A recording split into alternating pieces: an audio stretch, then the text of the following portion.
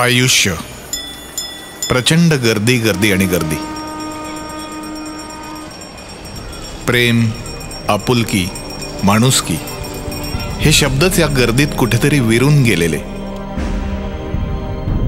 संपूर्ण समाजालाच अशी एक बेशिस्त शिस्त. धावतच राहतात सगळे आयुष्यभर मला हवंय या दोन शब्दांमागे.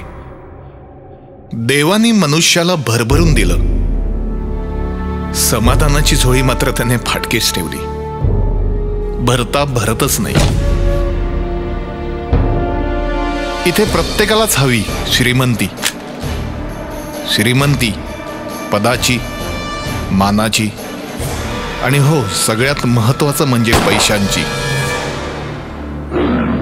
आणि ती श्रीमंती मिळायला लागली की मला हवंय, मला अजून हवंय याची भूक धावतच ठेवते. सुना है ऊंची छलांग लगाने के लिए चीता भी 2 कदम पीछे आता है. पहाड़ी के ऊंचाई तक जाने के लिए झुक कर चलना पड़ता है हा नियम इथला. पण झुगारून देतो एखादा या गोष्टी. मिळण्यापेक्षा मिळवणं त्याच्या रक्तात भिनत.